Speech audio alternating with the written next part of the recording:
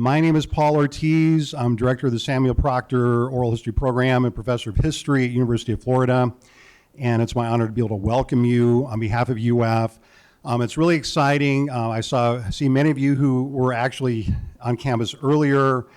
We had an amazing student walkout and campus teach-in in support of Black studies and African American history. It was incredible.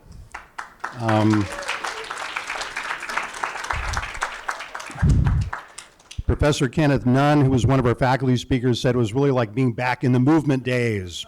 Dr. Simmons was, back in the struggle, and it's a new struggle, but it's an old struggle at the same time. And the Proctor Oral History Program was asked to organize the campus teach-in in defense, in support, and affirmation of Black studies because Black studies is under attack.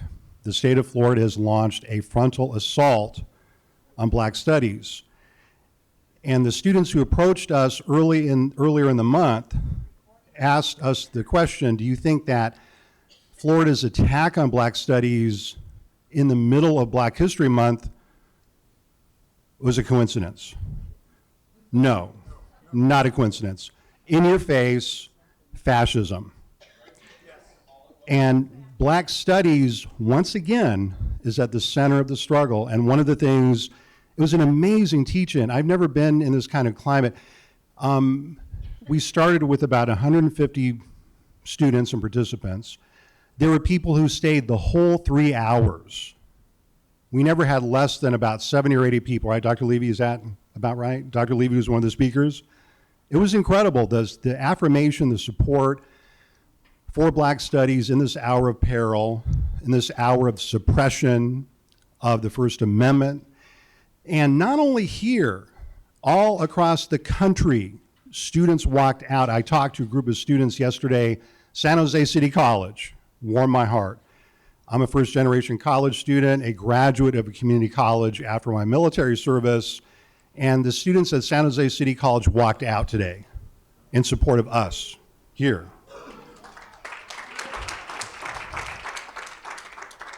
So tonight we continue this theme of Black studies of African American history. We're just so honored to have back on campus Dr. Zoharah Simmons,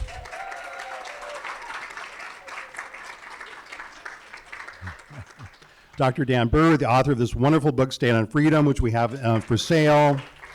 And I know I'm getting carried away with myself because I'm not supposed to really be doing introductions tonight. We actually have one of my esteemed colleagues is doing introductions, but I just had to share some things with you straight from the heart about just how inspiring and exciting it was to be on campus at the University of Florida today to see so many people stepping up for Black studies. I also want to give a shout out to our dear friends and colleagues at Oak Hammock Retirement Community. And the ILR, Institute of Learning and Retirement. Oak Hammock is where it's happening now. Oak Hammock has done a full series on critical race theory, a full series, speaker after speaker. Let's hear it for Oak Hammock. I mean, Rick Gold, Roy Hunt, some of the amazing people at Oak Hammock, and stepping up when we need them to step up, our retired colleagues, because critical race theory is one of the things that the state of Florida is trying to ban, has banned K through 12. They banned the 1619 history curriculum. And if they're successful, they'll be banning people like me. They'll be banning the Samuel Proctor Oral History Program. They'll be banning African American studies if we don't stop them now.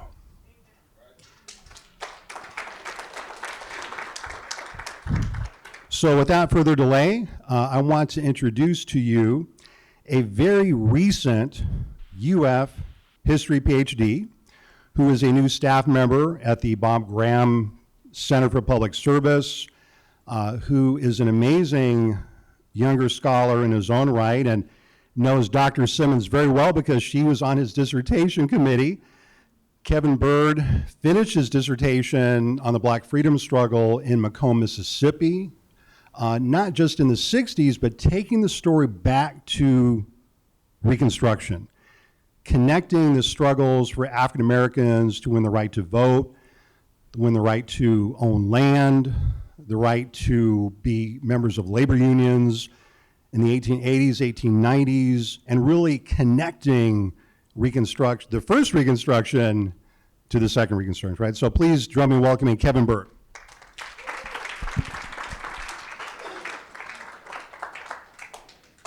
Again, welcome everyone.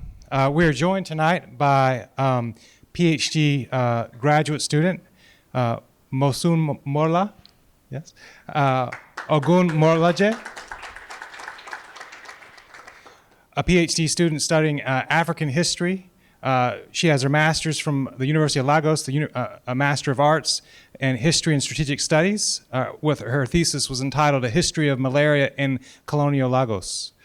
She also has a Bachelor of Arts from the same institution with a senior thesis of the evolution of feminist organizations in Nigeria. Her research and teaching interests are African history,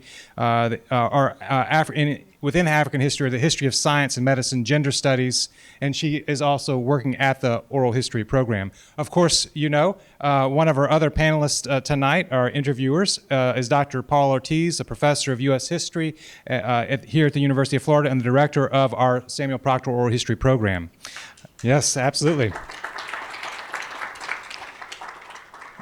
Dr. Ortiz has his PhD from Duke, his bachelor's from Evergreen, and an Associate of Arts degree from Olympic Community College. He is the leader of our United Florida chapter, United Faculty of Florida chapter, and past president of the Oral History program. He is also, yes, go ahead, absolutely. We're also joined by Dr. Dan Berger, Associate Dean in Faculty Development and Scholarship with a BA from here at UF, so he's a Gator. We're very thankful for that. Also a BA in Interdisciplinary Studies and a BS in Journalism. He's one of Dr. Simmons' former students, if I understand correctly. Yes, wonderful. He is currently, or he has a PhD from the University of Pennsylvania, and he is an interdisciplinary historian of activism, Black Power, and the carceral state in 20th century U.S. history. And finally, allow me to introduce, well, one of my heroes and former committee members. Dr. Gwendolyn Zoharah Simmons is a retired, yes.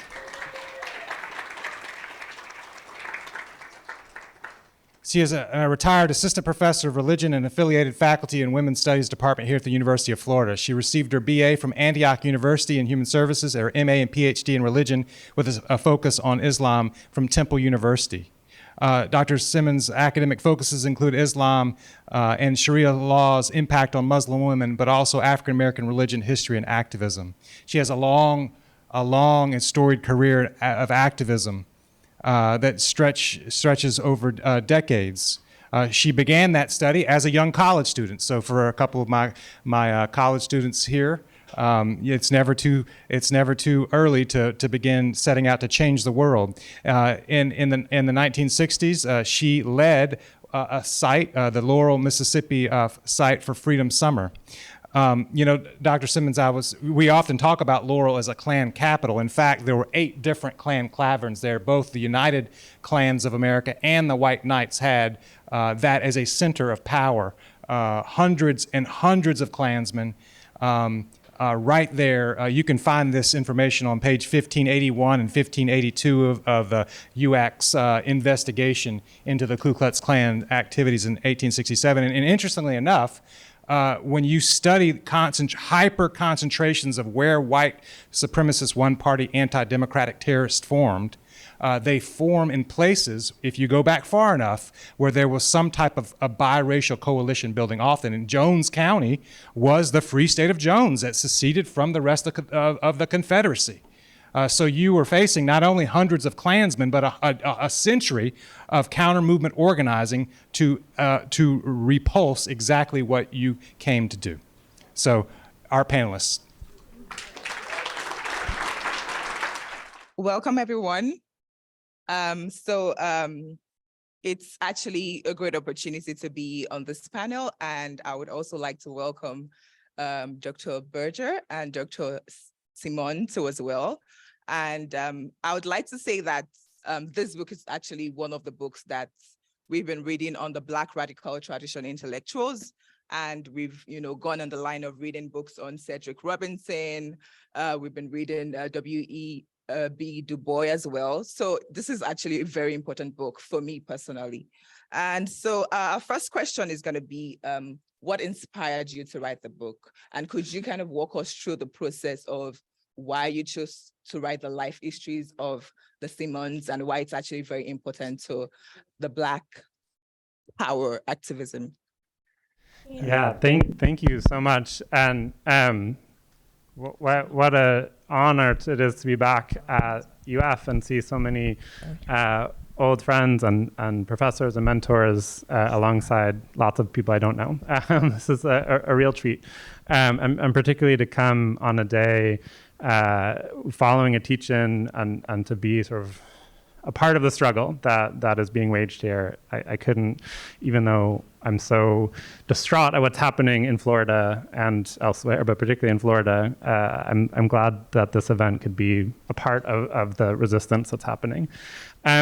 So, in a lot of ways, this book began right around the corner in Anderson Hall and in Turlington Hall.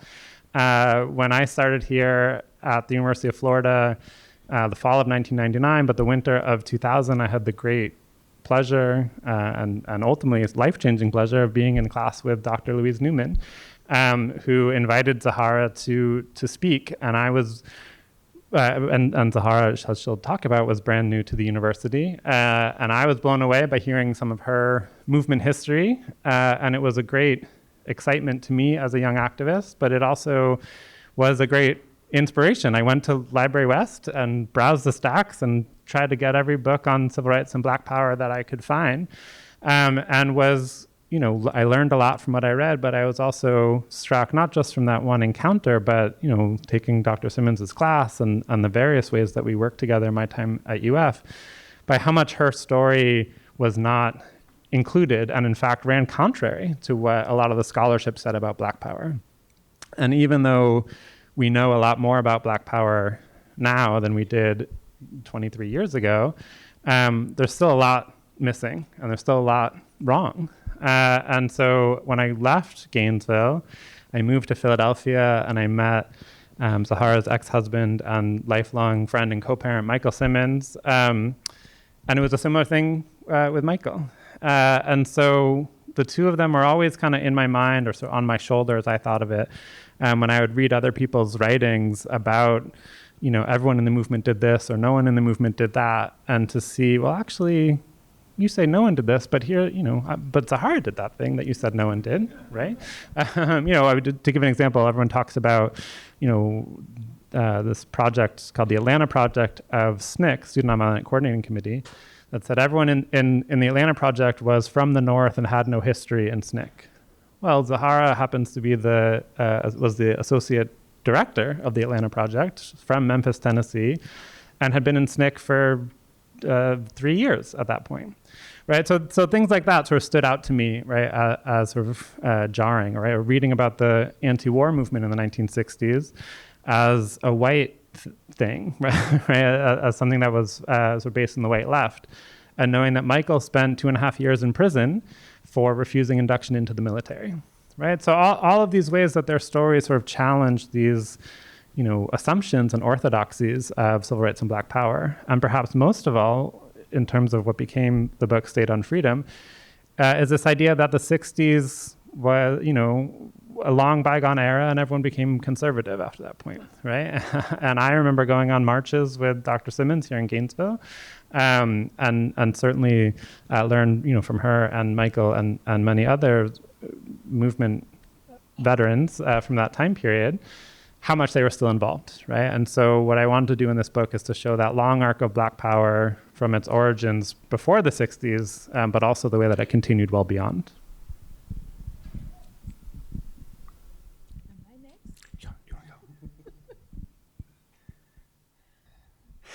Zoharah, I had a personal question for you. So you and Dan have known each other now for at least 23 years. Can you take us back to what your earliest impressions of this young man were and maybe think back about when he first approached you about this idea to do this book. Dan, I was so impressed with Dan.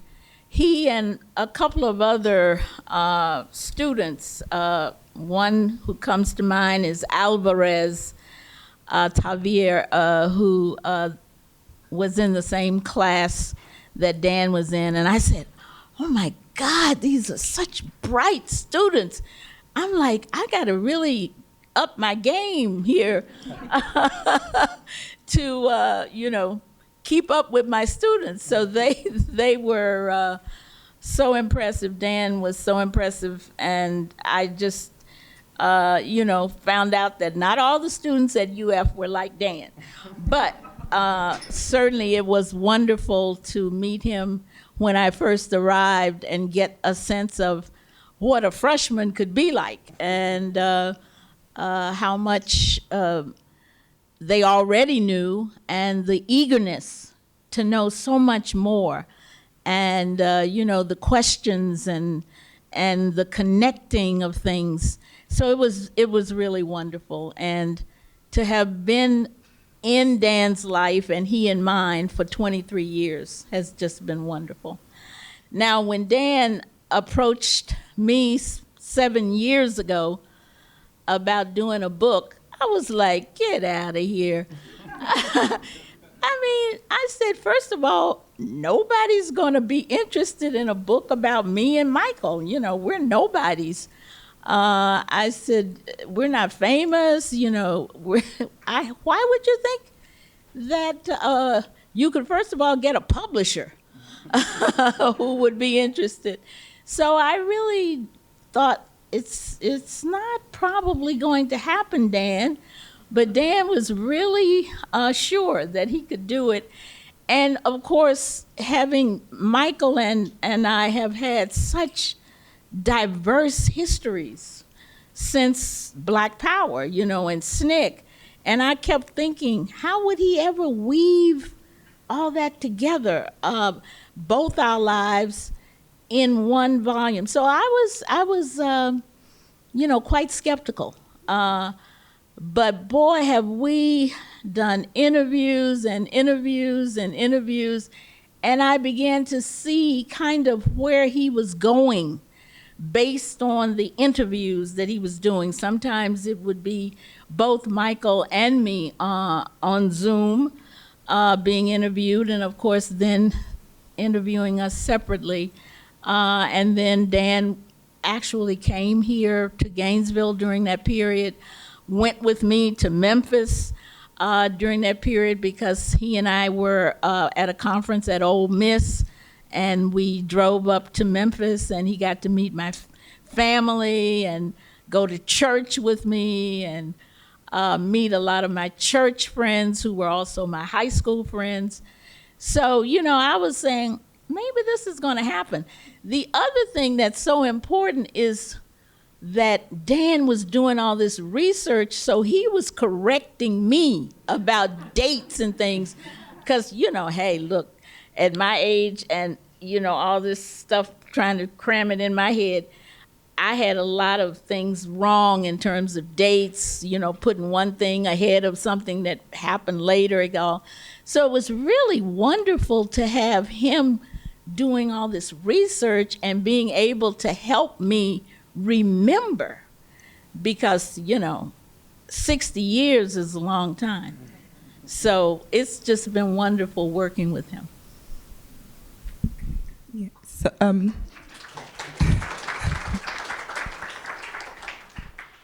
along the lines of reflection about the process of writing the book, I know you mentioned, and I think that's one of the things I like about your book, is the fact that you mentioned the entire process, how you got to meet her, how you spoke to her about the concept of the book, and amongst other things. So you specifically mentioned that you did hundreds of hours of interviews. How did you sift through all of this interview to make sense in your book? I don't know. I think that I think that there were some clear some clear benchmarks of important timelines, right? And Zoharah mentioned that the book is a blend of these interviews and the archival work, and so there were some big events that I needed to place, right, and to figure out. And the interviews really helped me get a sense of what it felt like to be there, what it felt like to go through that.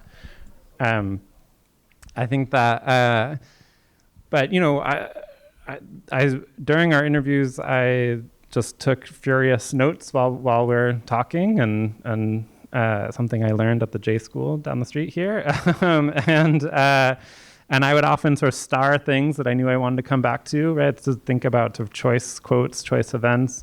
Zoharah's written a few things about some of the work she's done in the 60s. And so there were some things I knew to go back to or to find. But certainly in the back half of the book, a lot of that is new, is not just her experiences or Michael's experiences on things that maybe others have mentioned, but just sort of laying new groundwork, right? And so I think the interviews were helpful to sort of see, what it was like to fight in solidarity with people of South Africa against apartheid while living in Philadelphia with an apartheid-like police state in the 1970s.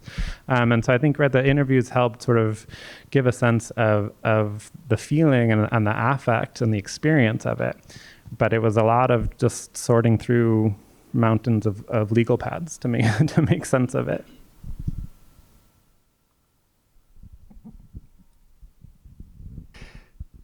Zoharah, you have, I think almost everyone in this room knows that you have been an organizer your entire adult life. You didn't stop in the 60s, you kept going, and the book, brilliantly encapsulates this. And many of us here have also heard you give lectures or talk about, your work in SNCC, for example. And you've also talked to your colleagues in SNCC over the years about those incredible experiences in the early 60s. And I wonder, as State on Freedom was progressing, did that have any impact on your analysis of what you did in the 60s? On the one hand, did that change kind of your thinking about it? And then on the other hand, it may be too early, but how have some of your colleagues in the Student Nonviolent Coordinating Committee responded to kind of the early State on Freedom reviews? Excellent questions. In terms of the first question, just the interviewing process, and as I mentioned, having Dan find documents and remind me of things that I had totally forgotten, and to be able to, fill in sort of my hazy recollections of things, it's just been invaluable. But it also caused, me to do reflections about, what we did and how it went wrong, how it went off the rails, and why. And I'm hoping, that if I have a few more days, that I really now want to write some things myself, because this has stirred up, so many memories and so much reflection on the past in relation to the present. And, it's amazing that we're here on a day when you've had to have a teach-in on, rising fascism that seemingly has its real foundation here in our own state. And certainly it's not only in Florida by any means, but clearly all the work that we did in the movements, both before my time and during my time, there is a concerted effort to undo that. And, my thing is we have to not only organize, but we have to do analysis of how this happened. What didn't we do that would have prevented us from being where we are now? Because this is a serious backlash, serious rollback. And, ever since 2016, it's been very clear that if certain forces had their way, we were going to go backwards, and very fast. So this is, the interviewing, the thinking about, and Dan often sharing documents with me from the past, and I'm like, I wrote that? Oh, I don't even remember it, So it's been incredible. I mean, in terms of my colleagues, Dan told me that one of the scholars who works with us in the SNCC Legacy Project, who is a historian at Howard University, that Dan had to read the early part of it, right, before it was published. And I think you said, people are going to be mad at you, Dan. He said that, yeah. Yeah, he said that. He told Dan that. And because, there are, as Dan mentioned, some retelling of things that have become sort of the history of how Black Power arose in SNCC. And we're telling a different story about how it arose in SNCC. So I am on the board of the SNCC Legacy Project, and everybody's we're tipping around each other. So, this is what happens in movements, The people who have written the books often never even interviewed those of us who were in the forefront of Black Power. And their books are considered the standard. And so Dan has put these books out there, and I said, well, Dan, are you going to make me have to resign from the SNCC Legacy Project? So we shall see what happens. But it's tricky business of doing the oral histories and hearing from people and talking to other people who can back up what we are saying. And unfortunately, some of the historians who are considered, the ones who know what happened, they never interviewed us. So it's very interesting, and we shall see what happens. Thank you so much for that answer. I want to take you back a little to, I know Stayed in Freedom actually has a lot of insight about you growing up with your grandmother, brother, and all of that. So I want to take you back there and ask, what would you like to share about your experiences growing up?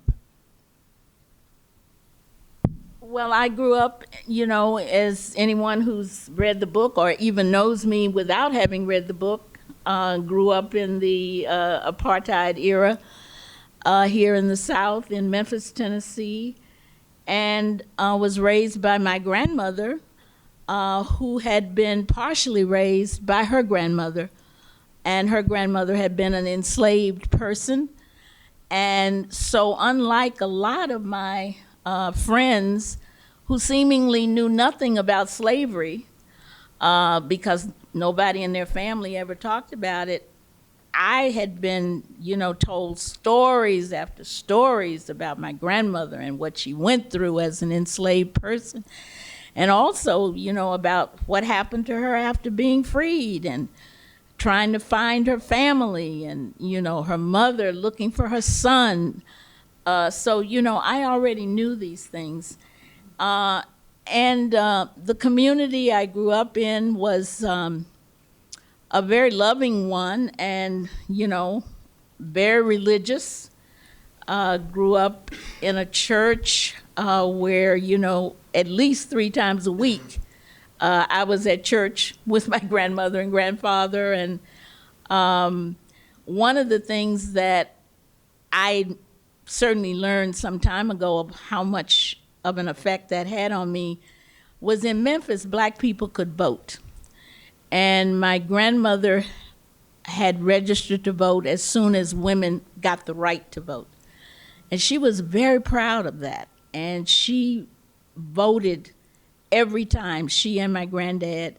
And they tried to get everybody they knew to vote. So she would take me with her as she was knocking on doors, reminding people it's an election coming up. Are you registered? If not, go and register. And I didn't think about that until later, how much that had impacted me, and of course, the racism, while they could vote, they certainly couldn't run for office. And there was terror just under the surface. We knew that if you got out of line, what could happen to you. And so I was taught never to get out of line. So when I went to school at Spelman, my grandmother and mother and stepdad took me to Spelman, and one of the things they were saying to me was not to get involved in the movement. And that was 1962. And the student movement was raging, at the Atlanta University Center, which included Spelman and Morehouse and Clark and AU. And I swore to my grandmother, I'm not going to get involved. And I meant it, because I was the first person like you, Paul, in the immediate family, to go to college and to have a scholarship and know that that was the only reason I could go. I didn't want to jeopardize that. And the school did not want us to be involved. And during freshman orientation, they told us, if you get involved, you will lose your scholarship. And so, of course, if I had lost my scholarship, that meant I had to go home. So I really, really meant not to do anything that was going to, break up my relationship with education and college, which I was so happy to be at. So obviously things intervened. And a lot of the wonderful people who became my mentors, I met in that freshman year. I don't know if you want to go into that at this point. But there was Howard Zinn, who taught at Spelman. There was Staunton Lynn, who taught at Spelman, and Howard was on the advisory committee of SNCC and promoting activism. So was Staunton Lynn, whom I had never heard of either of them, needless to say.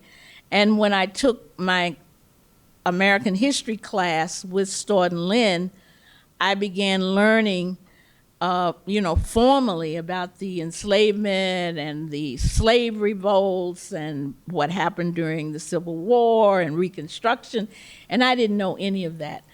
And so Staunton was connecting those struggles with what was going on right outside the college door. The marching, the going to jail, and that, had an effect on me. And then to bring this this part to a close, I then, my grandmother said, you got to join a church as soon as you get there. And so I happened to make a friend who was also a freshman from Alabama. And she said, oh, you have to go with me to my sister's church. And I said, oh, okay. And it was the West 100th Street Baptist Church, which was right up the street. And the pastor was Ralph David Abernathy.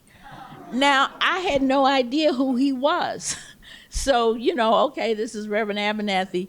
But about 3 Sundays in, there was Martin Luther King sitting in the pulpit. So I knew who Dr. King was because I knew about the Montgomery bus boycott. And I was like, oh my God, that's Dr. King. But of course, every Sunday we were being taught about how we all had to get involved in the movement. So you had that happening. I was in the classroom, and then the SNCC people were constantly on campus trying to recruit us and calling us everything, you know, all kinds of bad names for not joining the demonstrations, and it just wore me down. So, wore me down. I mean, I kept thinking, oh God, if my grandmother finds out I'm on this demonstration, she's gonna kill me. But little by little, you know, I just was sort of sneaking out because we couldn't say we were doing any of these things. And lastly, one of the funny things is that, you know, when you were demonstrating and sitting in, the police would give you a warning, and they would say, if you don't get up off those stools and get out of here, you're gonna be arrested. And so for that freshman year, I would sneak off the stool and sneak away so as not to get arrested. And I felt so guilty, you know, about that. But it was like, oh my God, my life is on the line here. I can't go to jail, because when you go to jail, there's no way for Spelman not to know. They're gonna call my grandmother and the gig is up. So so there was a tremendous struggle to try and be in the movement and keep it secret on campus. And that ended my second year. So I just said, okay, I'm in. What can we do? Okay. Thank you, Zoharah. Dan, as as you began thinking about this book and outlining it and researching and talking to Dr. Simmons, you're also establishing your own career, in terms of teaching. And what kind of impact has working on State on Freedom had on you as a teacher and as a scholar? Yeah, it's a great question. I just want to pause for a second to sort of honor all of the wonderful serendipities that Zoharah just mentioned, right? And to say that the book has that by times two, because it's the same thing for Michael. His brother, he has two significantly older brothers who are among the first recruits that Malcolm X made to the Nation of Islam when he was in Philadelphia, because Malcolm was sent to Philadelphia to organize that temple. And so when he was, 7, 8 years old, Malcolm X was a dinner guest at his house, right? Those things continue to happen throughout their lives, and the book is sort of chock full of these kinds of cameo appearances from different people. And I think I was really struck by that as what movement life looks like, right? That there's so much serendipity, right? There's so much sense of how much are you going to disobey your caregivers, right? How the support or lack of support from friends or loved ones sort of shapes what we do and when we do it. And I think and I wanted to capture that, right? And I wanted to capture that sense.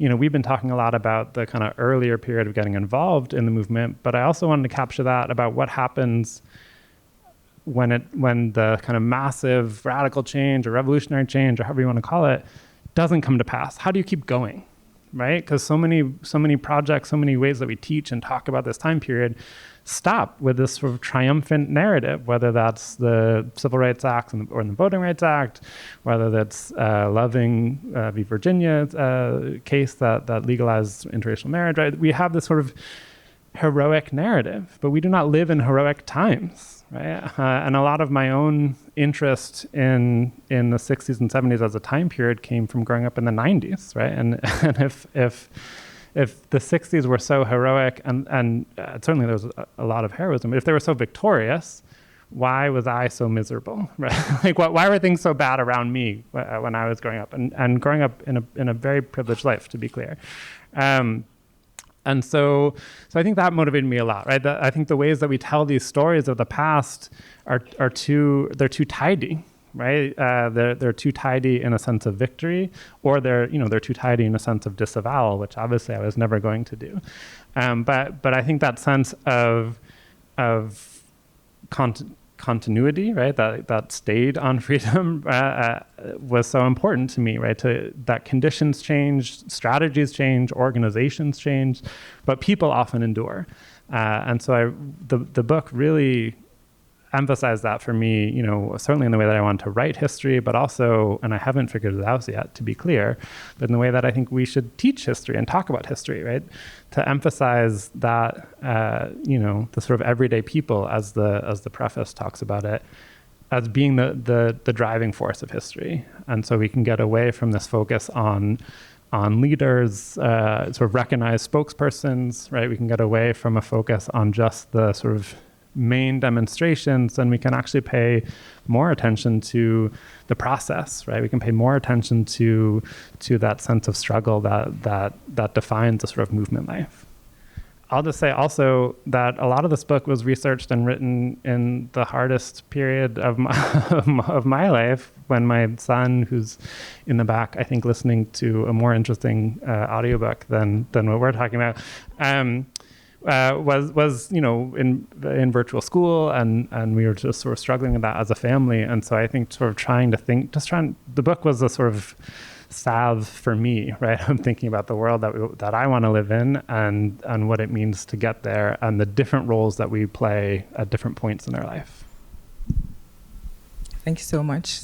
And still on the question of, the connections between the civil rights movement period and other struggles too as well. How would you connect all of that to internationalism, like the struggles of, oppressed people, not just in the US too as well, but in different parts of the world? How does, the struggle, radicalism in one country connect to other parts of the world?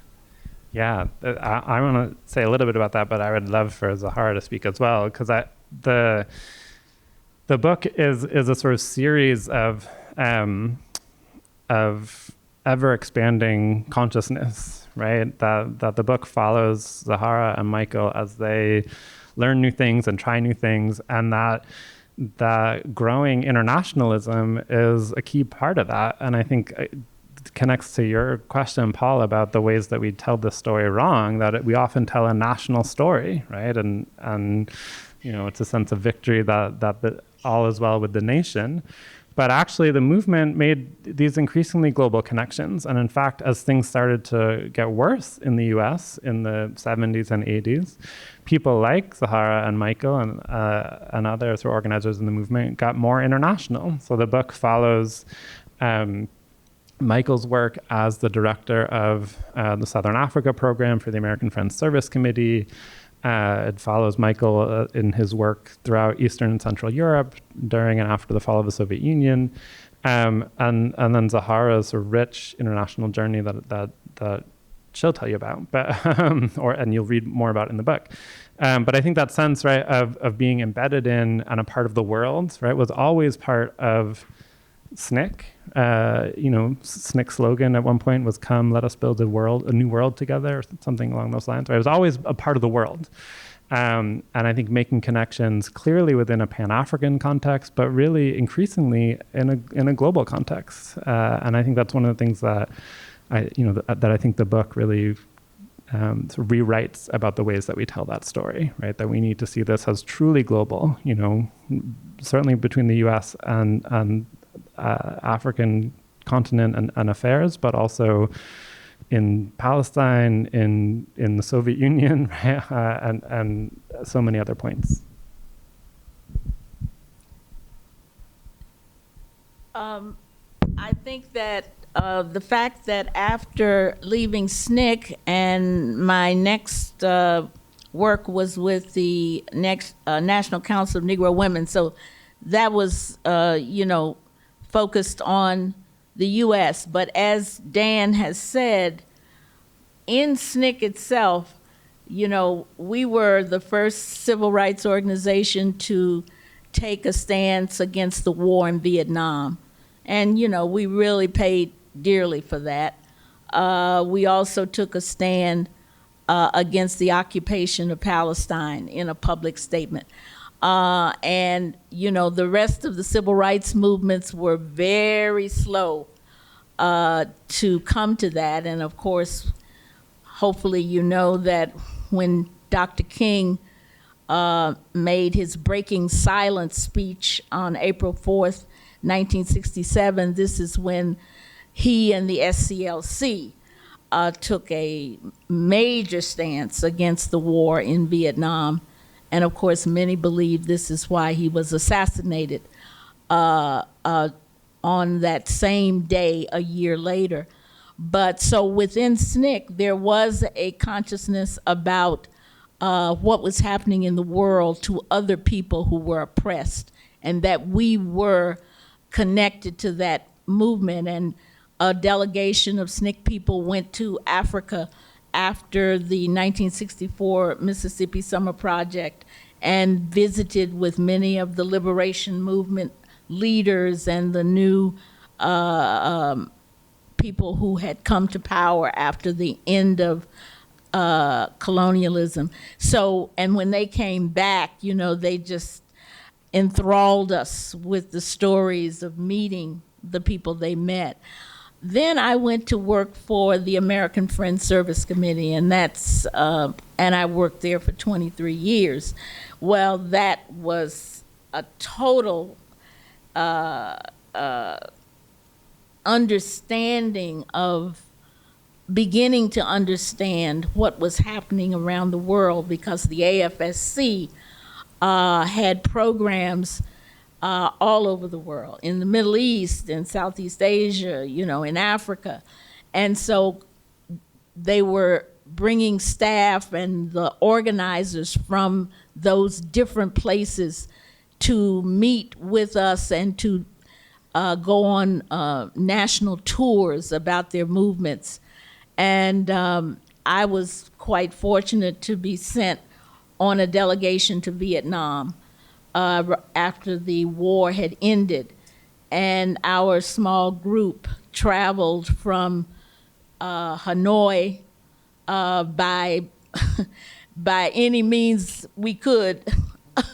I mean, because, you know, the U.S. had bombed Vietnam so badly that the roads were out, you know, sometimes we'd have to get on pontoon boats to go around the roads that had been bombed out, and then get on another vehicle that would take us. Anyway, just seeing Vietnam and being with the people of Vietnam and meeting the ones who had waged that heroic struggle, you know, I can't tell you what that did to me. It was an incredible experience to go to Laos and Cambodia.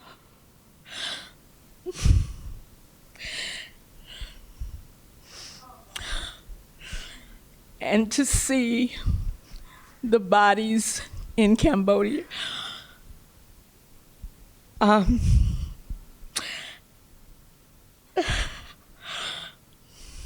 To see what war does. It was amazing. And of course, we flew into Phnom Penh, which was deserted but just for a handful of people who were trickling in from the countryside where they had been driven out of Phnom Penh, and to meet them and talk to them and to be the first Americans in Cambodia after the Vietnamese had routed Pol Pot. What is that? I don't know either. Excuse me. Maybe some feedback. Anyway, and so that was an incredible experience. Then also to go to the Fourth World Conference on Women that I was sent as a part of the delegation to Beijing in 1995.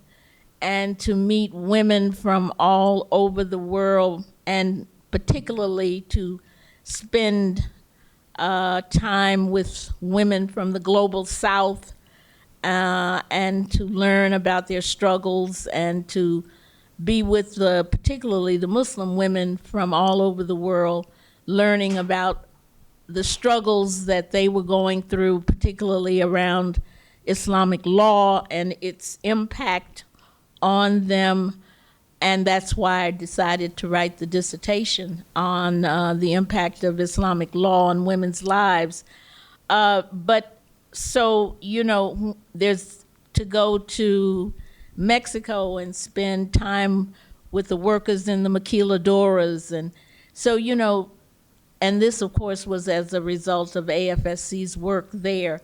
So all of these things certainly let me know that what we were doing here in the States was a part of a worldwide movement for freedom, for justice, and that a part of that was certainly fighting against American imperialism, and supporting the people who were struggling against the forces that had kept them down and was still trying to keep them down in spite of their work.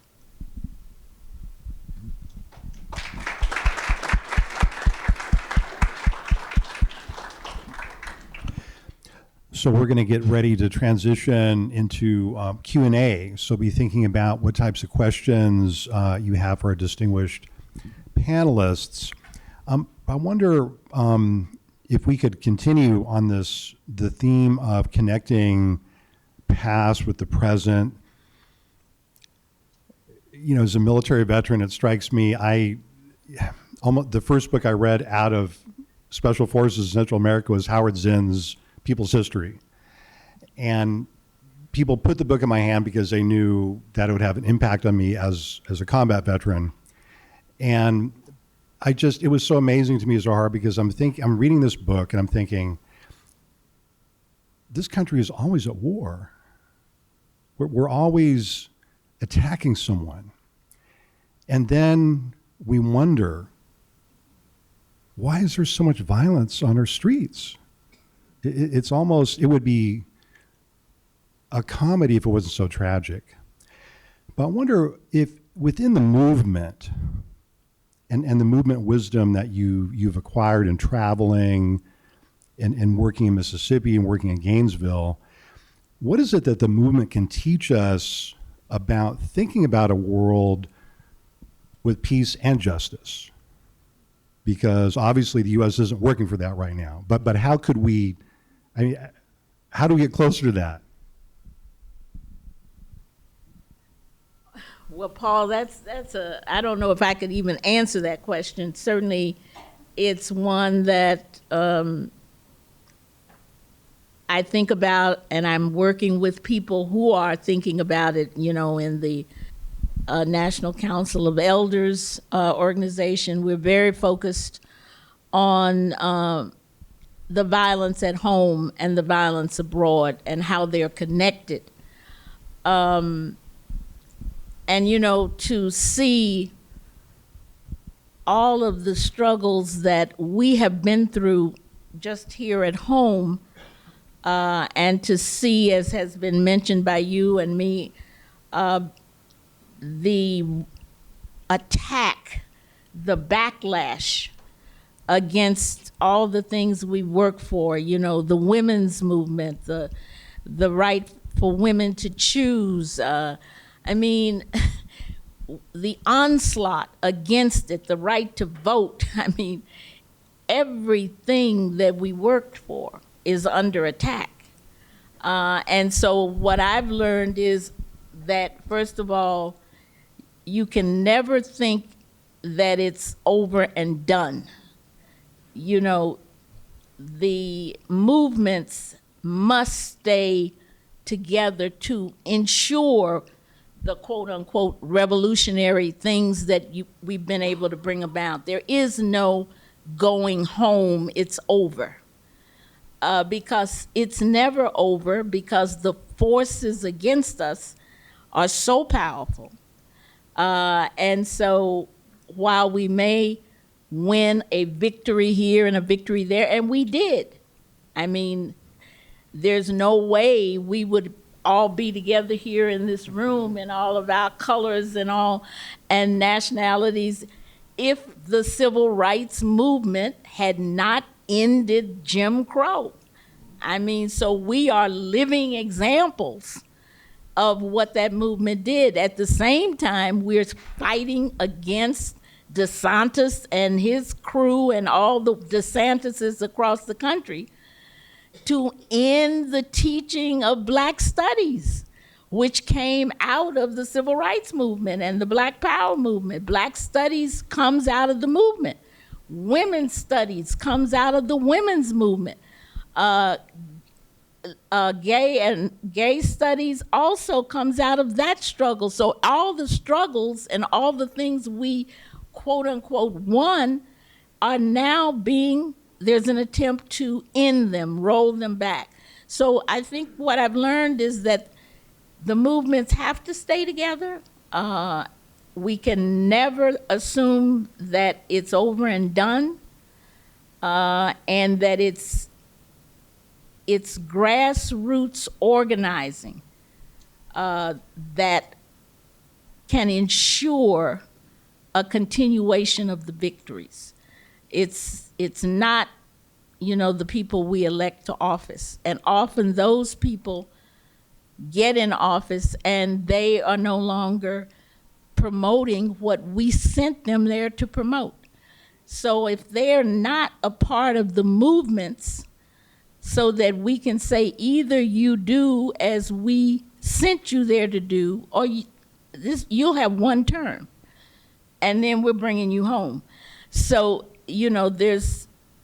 there has to be a continuation of struggle and activism. That's what I've learned in 60 years.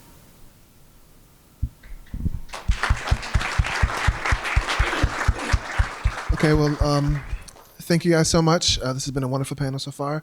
So we're going to transition over to Q&A. I saw your hand jump up, Prophet, and I'm going to get to you, but I want to read this Zoom question first. So this is a question for Dr. Simmons. Most histories are written from the great man perspective, emphasis on man there. Though this book is notably not. This person, Diana, wants to ask, as a woman and a foot soldier, what would you think has been missing or mistold from the history of the movement? What has been missing is the story that women played. I mean, when I think about the Mississippi movement, and really, the movement in Alabama and Georgia, the majority of the people who made those movements were women. And so women were the front line. They were the organizers. They were the people who held those movements together. And often they didn't want to be on sort of the front. They didn't want to be the spokespersons, but without them, there wouldn't have been a movement. It wouldn't have held together. And so it's very important that women's stories be elevated so that people understand the role that women played. Hey, Zoharah. It's wonderful to see you in the flesh again. I know. And thank you for... I'm not a hologram. Somebody asked me that Thank once. Thank you for talking about Spelman. My mother was Spelman 51, and often I think of things I wish I could still ask her. The quick question, there's a sit-in, the police show up to arrest people. How do you sneak off of a stool?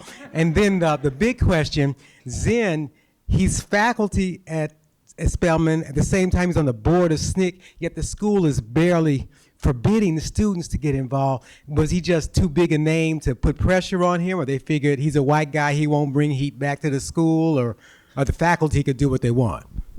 That's an easy one. He was fired. He was fired, and Staunton Lynn, they both were fired. So, yeah. And in terms of, I had mentioned that the police would say either leave or be arrested. So that's when I said that was be when I would sneak off, when they gave you the option to leave or be arrested.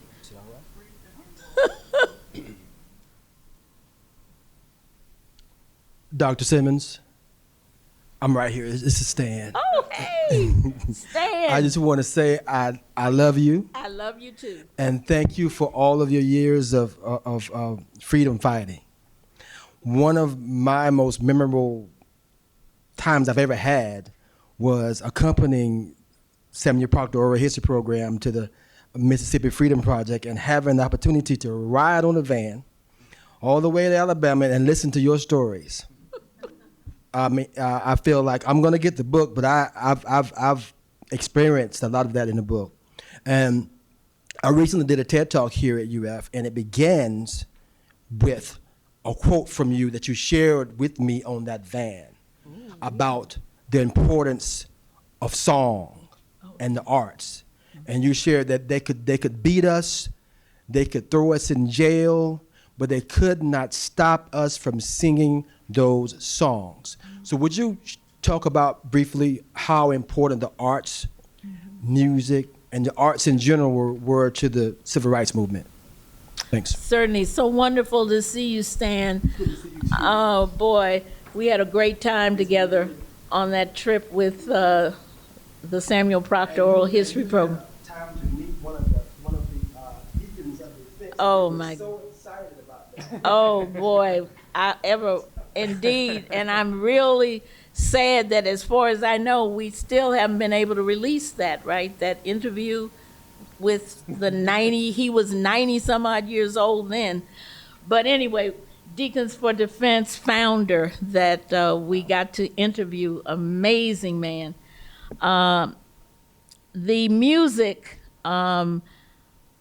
was so important to the movement, and you know what we call the freedom songs, and those songs were most often African American spirituals that had been, you know, you'd put freedom in where there was something else, or justice or whatever, but the singing carried the movement. And as you quoted me as saying, the more afraid we were, the louder we sang, because it gave us heart, enabled us to face. Sometimes you didn't know quite what you were going to face, but the police wading into you with the billy clubs and all of that, and for us to keep singing, it not only gave us strength and courage, but we also saw that it scared them, which was quite interesting, because here they've got the guns, they've got the nightclubs, but for us to keep singing freedom, freedom, I mean, they were shaken by this. And so it was very important. And then when you're actually in the paddy wagons and rocking the paddy wagons with the singing, and in the jail singing, the music, I can't even imagine us having had a movement without it. And certainly, you know, one of the things that SNCC did, or it was really COFO, which was the 4 major civil rights organizations that sponsored Freedom Summer, and of course SNCC was in the forefront of that, also had poets to come around and do poetry and public poetry readings and stuff. And this was new for the people in the community. And we also had the Freedom Theater, who came through and put on a live theater. Most of the people had never seen live theater. And then we had, you know, Pete Seeger and others who traveled throughout, and we'd have concerts often outside under trees or whatever. But yes, the arts were such an important part of the movement. Awesome. Thank you. You mentioned the importance of keeping the women's movement alive. And I see two lines with the media. Sometimes I hate the media because the media goes after the people who say the most outrageous things, who then are forced, quote unquote, to take the most outrageous stance because they love the attention of the media. How can we concentrate more on what I would call the real person's story, the civil rights movement, the women's movements, the gay movements, and the importance of that being part of our culture, while we're dealing with these jackanapes who are making statements that we cannot ignore? Wow. Well, you know, I don't think I have an answer to that. I mean, you know, I do see the media, particularly contemporarily, has not been our friends out in terms of us in the movement, you know. And often there's a lot of distortion that comes out of, and so we have to have ways to get our story out ourselves. And one of the things that's different now, of course, is social media. Now, I know social media can be used for good or bad, but I think we have to use social media to get our stories out, particularly to young people, because that's what they're on social media, much more so than they're reading any newspaper. So I think we have to have in our movements people who are dedicated to getting our stories out there. And, you know, we can utilize Twitter, and I'm not on TikTok, but I know a lot of the young people are, you know, Instagram. I mean, we have to use these for our purposes because often we can't get the mainstream media to cover our stories unless there's somebody doing something outrageous, just as you said, so that they can claim that that's representative of the movement. So we're fighting against the media's need to sensationalize, and often anything that smells of violence, that's what they're going to promote. And so we're up against it. And we have to devise ways to get our stories out to our people. Thank you. All right, so we are getting ready to transition to the next part of our wonderful evening program, which includes book signing and a reception of some delicious food. I suspect we'll continue the discussion and the questions and the joy in welcoming Zoharah back to the University of Florida. Thank you, Zoharah, by the way, for being here. And thank you, Dan, who not only traveled a long way to get here, but he's on the road as soon as he finishes with us for an event at USF, right? So thank you, Dan. I wonder if y'all want to have any kind of last words before we transition, or do you into anything we haven't said or you haven't said? I'm pleased by the book. I think most of my last words are there. But I guess just some of the questions about how we sort of translate some of these lessons of the past to the present, and something I learned, really appreciated anew in researching the book, is the difference between being right and having power. You know, so Twitter is great. I can tell the president of the United States directly what I think of him, and it is meaningless, right? So I may be right to say it, whoever the president is. You know, what I did it under Trump, I could do it under Biden, but just saying it is not enough, right? And so one thing that I really appreciate about the clarity of Black power was the emphasis on power, right? And so I think when Zoharah is talking about organizing communities or having our own media infrastructure, you know, to me that's what that's about, right? I mean, I think on nearly every issue that we could think of, there is majority support for different policies than what are happening, right? So there's a lot of people who agree broadly with, I think, what people in this room might agree with around healthcare, around immigration, around Black studies. but it's about having the power to actually make that the reality, rather than responding to the sort of violent counterpower of the right. So I just think it's sort of thinking about power and thinking through solidarity, right? That there's lots of attacks on trans people right now in the state of Florida as well, and that's the same project that is attacking Black studies.